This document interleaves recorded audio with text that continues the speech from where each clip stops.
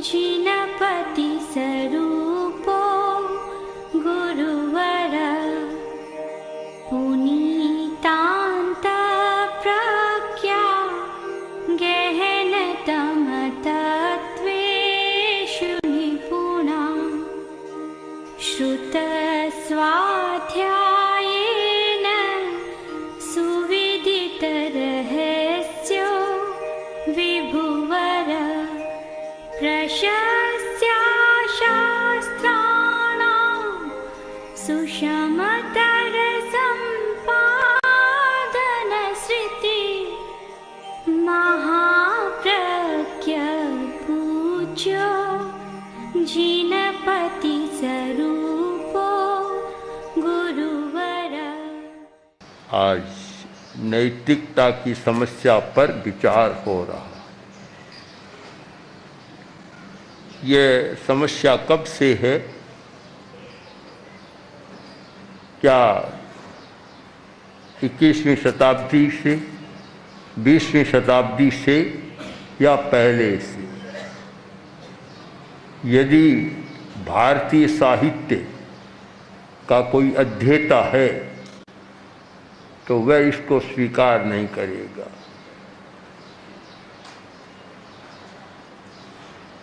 नैतिकता की समस्या एक भाषा में कहते हैं अनादिकाल से, जब से समाज व्यवस्था का इतिहास मिलता है नैतिकता की समस्या का भी उल्लेख मिलता है। बड़े बड़े राजनीति शास्त्रज्ञों ने, नीतिकारों ने, विद्वानों ने इस पर बहुत प्रकाश डाला। आज भी नैतिकता की समस्या है और इसका समाधान हो सकेगा ऐसा मैं मानता भी नहीं। बड़ा कठिन काम है, क्यों कि नैतिक मूल्यों के विकास के लिए जो उचित वातावरण चाहिए, परिस्थिति चाहिए, उसका निर्माण नहीं हो सका है। वर्तमान की समाज व्यवस्था नैतिक मूल्यों के विकास के लिए अनुकूल नहीं।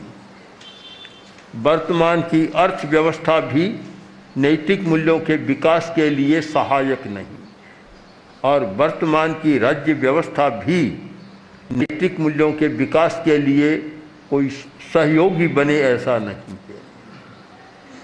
ये तो बाहर की परिस्थितियां हैं, और भीतर की परिस्थिति 2000 वर्ष पहले, 4000 वर्ष पहले भी आदमी में लोभ, आकांक्षा थी और आज भी विद्यमान है। पुराने जमाने से लेकर आज तक मनुष्य में एक अहम की भावना, बड़प्पन की भावना या सबसे श्रेष्ठ बनने की भावना थी और आज भी है। और पुराने जमाने से लेकर आज तक मनुष्य में सुविधा भोगने की भावना थी और आज भी विद्यमान है। जब भीतर के वातावरण में सुविधा का भाव है, बड़प्पन का भाव है, अहंकार है, ईगो है अपना, और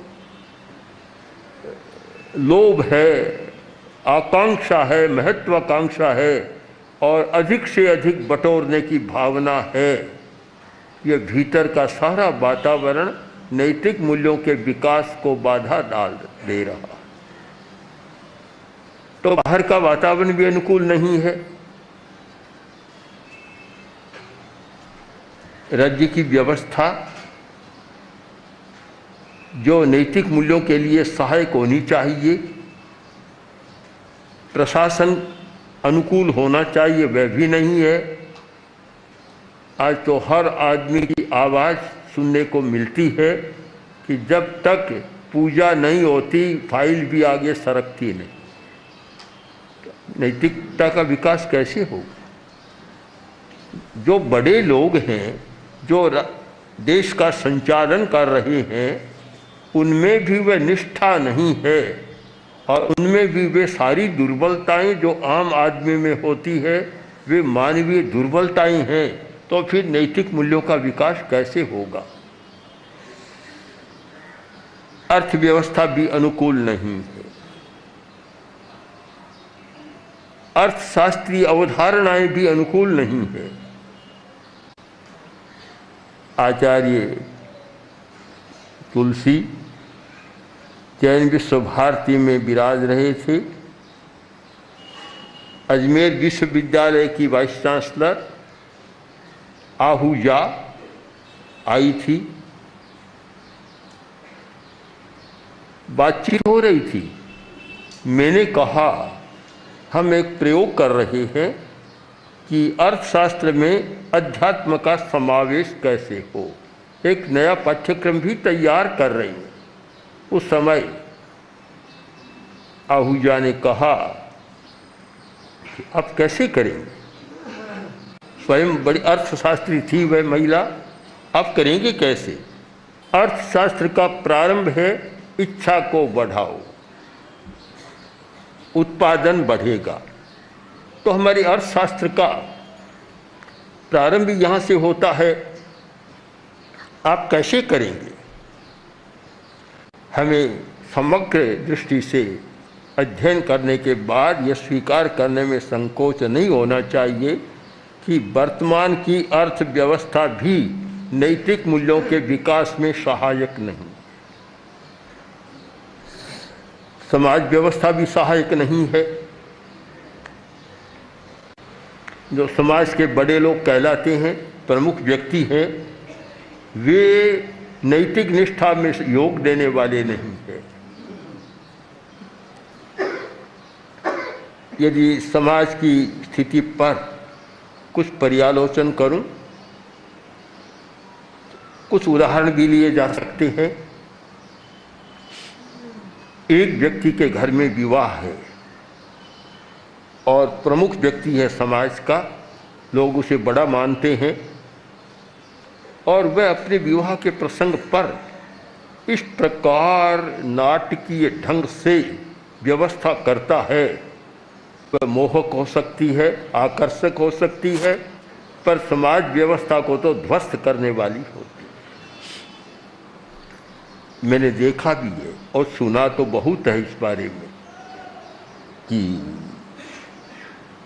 एक ऐसे प्रसंग पर पंडाल बनाए जाते हैं, 10-10 करोड़ रुपए तो पंडाल बनाने में लग जाते हैं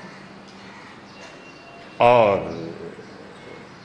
पूरी शादी में आंकड़ा आता है 35 करोड़ लगा, 50 करोड़ लगा।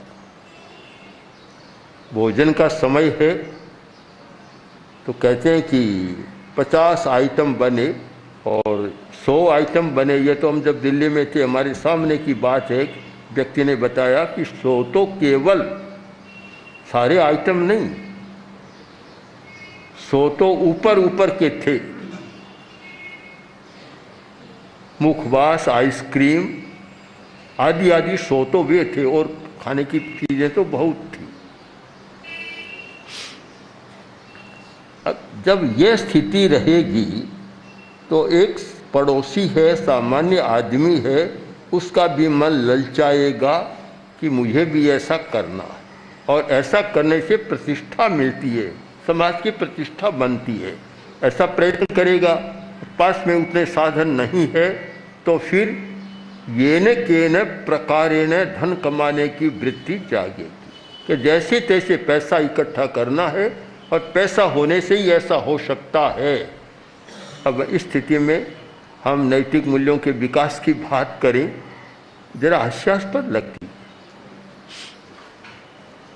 एक व्यक्ति आया, कुछ वर्ष पुरानी बात है, आखिर बोला कि मेरी लड़की की शादी मैंने दिल्ली में की। मैंने सुन लिया, कोई रुचि तो थी नहीं। अब कुछ लोग ऐसे होते हैं अनावश्यक बातें भी सुनाते हैं तो कान में पड़ती है, हम अपना काम भी करते हैं, कान में शब्द भी आ जाते हैं। फिर आगे बोला कि होटल में की थी, मैंने सुन लिया। फिर बोला मैंने 50 आइटम की, आदि आदि सारा व्याख्या तंत्र बता दिया उसने, इतनी व्याख्या की। जब वह मौन हुआ तब मैंने एक प्रश्न कर लिया कि तुमने इतना सारा किया तो साथ में हॉस्पिटल बनाया या नहीं बनाया? तो इतना किया तो बीमार तो पड़ेगा आदमी, इतना खाएगा, अब 50 आइटम खा। उसने कहा भी कि एक एक कोर भी पूरा नहीं चख सकते थे। नहीं, इतना खाएगा, कोर भी कोई चखेगा तो बीमार तो होना है, तो साथ में हॉस्पिटल की भी जरूरत है। होटल नहीं, होटल के साथ एक हॉस्पिटल भी चाहिए। मौन हो गया। जब इस प्रकार की अवधारणाएं समाज में होती है और इस प्रकार की मनोवृत्तियां होती है, एक और तो वह चलता है और एक और हम कहते हैं नैतिक मूल्यों का विकास, दोनों में कहीं संगति नहीं बैठ रही। जब तक भीतरी कारण और बाहरी कारण, समाज व्यवस्था, अर्थव्यवस्था, राज्य व्यवस्था, उधर लोभ, महत्वाकांक्षा, अहंकार की भावना, बड़प्पन की भावना, प्रदर्शन की भावना और सुविधावादी दृष्टिकोण, ये भीतर के कारण और बाहर के कारण, ये स्थितियां विद्यमान रहेगी। उस स्थितियों के रहते हुए नैतिक मूल्यों का विकास कितना होगा, बड़ा कठिन काम है। होना चाहिए। यह स्वर आज विश्वविद्यालय से भी स्वर आ रहा है। तो मूल्य परक शिक्षा, शिक्षा भी मूल्य परक होनी चाहिए। वैल्यू एकदम उसमें मूल्य आना चाहिए। सारी एजुकेशन भी वैल्यू परक होनी चाहिए। वहाँ से स्वर आ रहा है। राजनेता भी ऐसा प्रवचन करते हैं समय समय पर, हमारे धर्मगुरु भी करते हैं और समाज के लोग भी करते हैं। इसका मतलब है नैतिकता को चाहते तो सब हैं, पर एक वस्तु ऐसी होती है कि जिसे लोग चाहते तो हैं पर करते कभी नहीं, कभी करते नहीं है।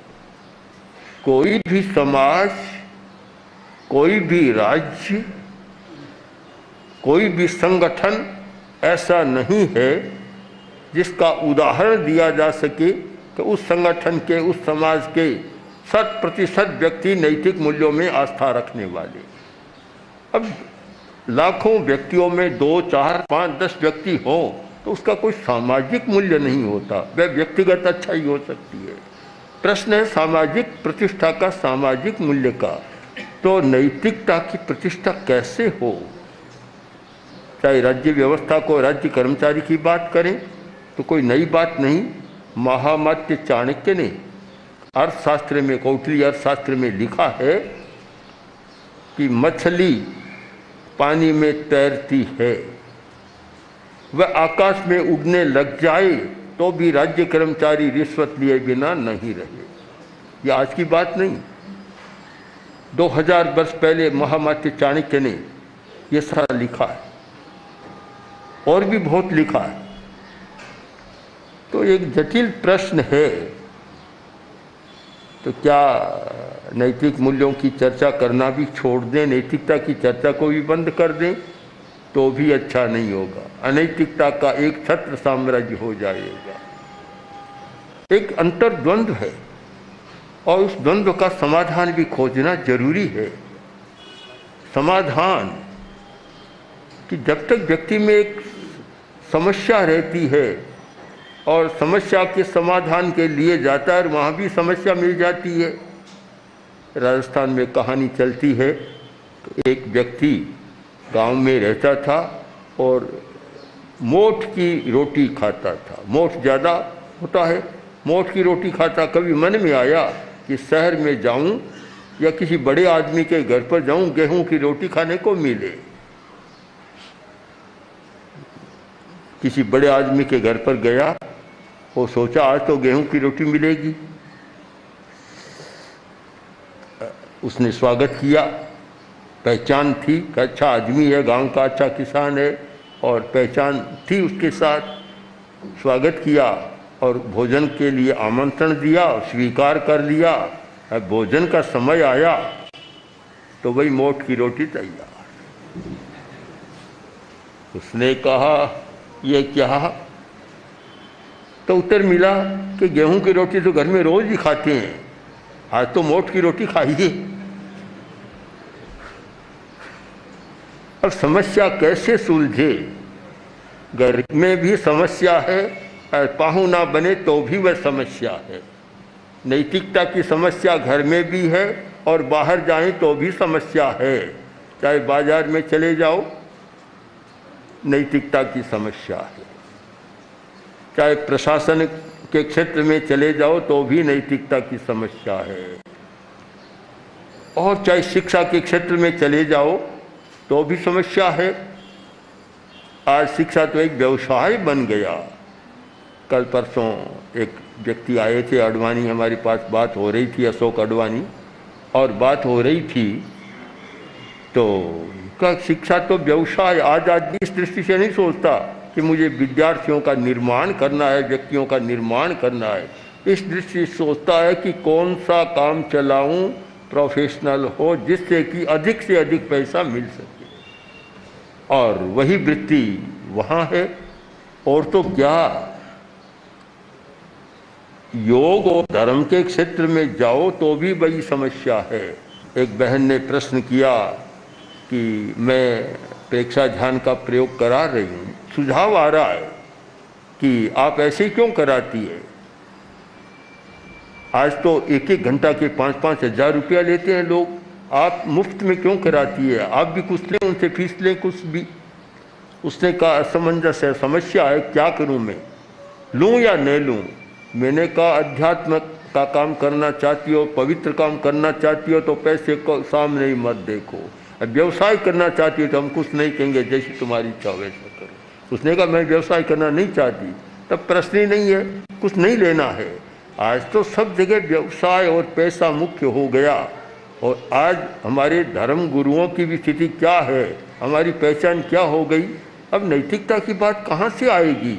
आज कि किसके पास 500 करोड़ रुपया है, किसके पास इतनी बढ़िया कारें हैं, किसका इतना बड़ा भवन, आदि आदि। अब जो पहचान थी त्याग संयम के द्वारा कि किसका त्याग बड़ा, किसका संयम बड़ा, वह पहचान तो छूट गई। और आज पहचान हो गई कि किसके पास कितना जमा है और किसके पास कितना मूल्य। एक व्यक्ति ने मुझे बताया कि एक जो ध्यान कराने वाला है, कोई तंत्र चलाने वाला, उसका ध्यान का वह मूल्य है 500 करोड़। आपके प्रेक्षा ध्यान कितना मूल्य है। मैंने कहा 1 पैसा भी नहीं। जिस दिन 1 पैसा होगा, प्रेक्षा ध्यान नहीं रहेगा, फिर तो वही व्यापार की दुकान बन जाए। सारा एक जो प्रवाह है वह अनैतिकता की ओर जा रहा है।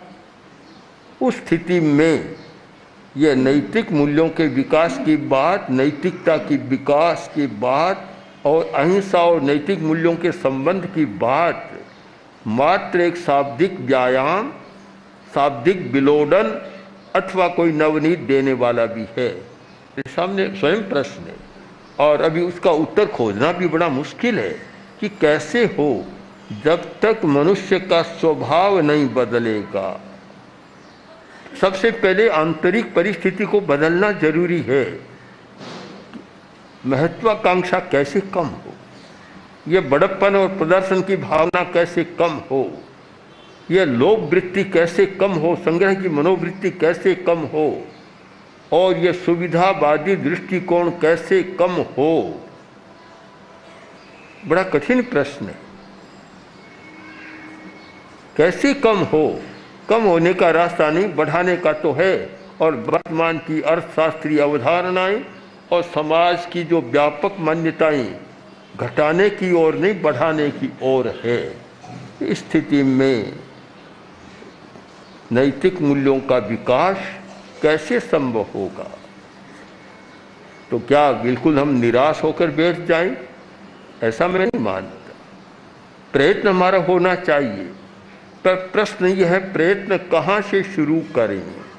उसके प्रारंभ बिंदु को खोजना हमारा काम है। प्रारंभ बिंदु कि कहाँ से प्रयत्न शुरू करें, उसका बड़ा महत्व होता है। प्रारंभ बिंदु को खोजना और उस पर प्रहार करना।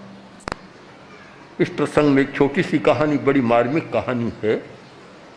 कोई आदमी जा रहा था, हाईवे पर ही चल रहा था, कार खराब हो गई, नीचे उतरा, अकेला स्वयं मालिक ड्राइव कर रहा था। नीचे उतरा, कोई था नहीं, तो फिर आसपास में घूमा, आधा किलोमीटर इधर उधर गया तो दूर से देखा कोई मिस्त्री बैठा है, उसके पास गया, बोला भैया कार खराब होगी, तुम ठीक कर दोगे? कि हाँ कर दूंगा। उसने अपने औजार लिए और उसके साथ गया, कार के पास पहुंचे, कार को देखा और बोला ठीक कर दूंगा पर 100 रुपया लूँगा। कभी जैसी ठीक है, जंगल का मामला है, जो भी होगा।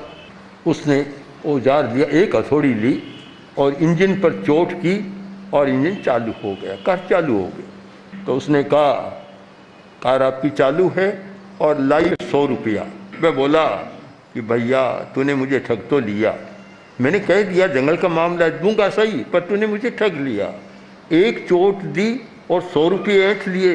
बोला बाबूजी आप जानते नहीं हो, चोट का तो 1 रुपया, 1 रुपया। तो फिर 99 किस बात के कि चोट कहाँ करनी चाहिए, इस बात के 99 रुपये। चोट कहाँ करनी चाहिए।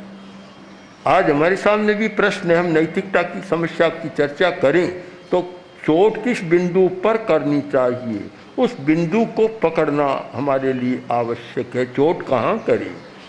और संक्षेप में इसका मैं कहूँ तो इतना ही कहना पर्याप्त होगा कि इस सारी समस्या को सुलझाना है तो हमें प्रारंभ बिंदु पकड़ना होगा कि विद्यार्थी में बचपन से 5 वर्ष की अवस्था से ही अगर हम नैतिकता के संस्कारों का निर्माण करें तो सारी स्थितियां बदल सकती है।